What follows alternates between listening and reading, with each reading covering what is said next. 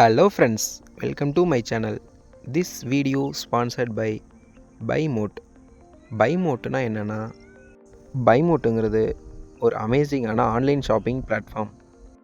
Other online shopping பிளாட்ஃபார்மோட BuyMoteை compare பண்ணல BuyMoteல ப்ராடக்டோட ப்ரைஸ் ரொம்பவே அஃபோர்டபுளாக இருக்கும் அண்ட் ப்ராடக்ட்டுமே ரொம்ப சூப்பராக இருக்கும். BuyMoteல நிறையா ஆஃபர்ஸ், டிஸ்கவுண்ட்ஸ் எல்லாம் கொடுத்துட்ருக்காங்க.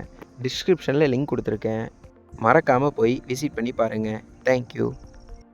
ஹாய் ஃப்ரெண்ட்ஸ், இந்த வீடியோவில் என்ன பார்க்க போகிறோன்னா, நீங்கள் எதிர்பார்க்காத மாதிரி புடலங்காய் வச்சு ஒரு 65 ரெசிபி தாங்க பண்ண போகிறோம். எப்படி பண்ணலாங்கிறது வீடியோக்குள்ளே பார்க்கலாம். வாங்க வீடியோக்குள்ளே போகலாம். 65 செய்யறதுக்கு தேவையான புடலங்காயை உங்களுக்கு தேவையான ஷேப்பில் அரிஞ்சு நீங்கள் எடுத்துக்கலாம். இந்த மாதிரி நீளமாக அரிஞ்சிக்கலாம், இல்லைன்னா ரிங் மாதிரி கூட கட் பண்ணிக்கலாம். உங்களுக்கு தேவையான மாதிரி கட் பண்ணிக்கோங்க. நெக்ஸ்ட்டு மசாலா ரெடி பண்ணிடலாம். 3 டீஸ்பூன் கார்ன்ஃப்ளவர் மாவை ஆட் பண்ணிக்கோங்க. 1.5 டீஸ்பூன் கடலை மாவை ஆட் பண்ணிக்கலாம். நெக்ஸ்ட் 1.5 ஸ்பூன் அரிசி மாவு ஆட் பண்ணிக்கலாம். நெக்ஸ்ட்டு ஒரு 1/4 டீஸ்பூன் அளவு garam masala. Next chilli powder காரத்துக்கு ஏற்ற மாதிரி ஆட் பண்ணிக்கோங்க. நெக்ஸ்ட்டு ஃபுட் கலர் ஆப்ஷனல் தாங்க, தேவையான ஆட் பண்ணிக்கலாம்.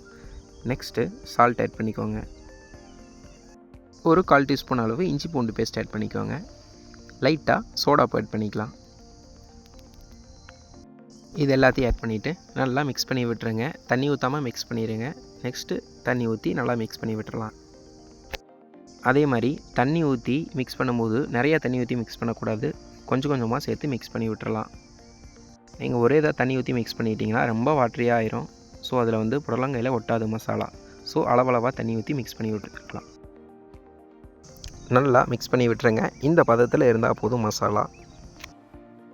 மசாலா ரெடி ஆயிடுச்சுங்க. நெக்ஸ்ட்டு ஒரு 5 மினிட்ஸ் கழித்து ஒரு கடாயில் எண்ணெய் ஊற்றி நல்லா காய விட்டுருங்க.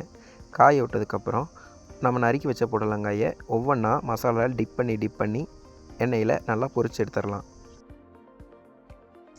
ஃப்ளேமை லைட்டாக லோவிலே வச்சு குக் பண்ணிக்கோங்க. ரொம்பவும் ஹையில் வச்சுருந்தீங்கன்னா தீஞ்சு போயிடும். ஸோ இது டக்குன்னு ரெடி ஆயிரும். ஓரளவுக்கு பதத்திலே எடுத்துருங்க.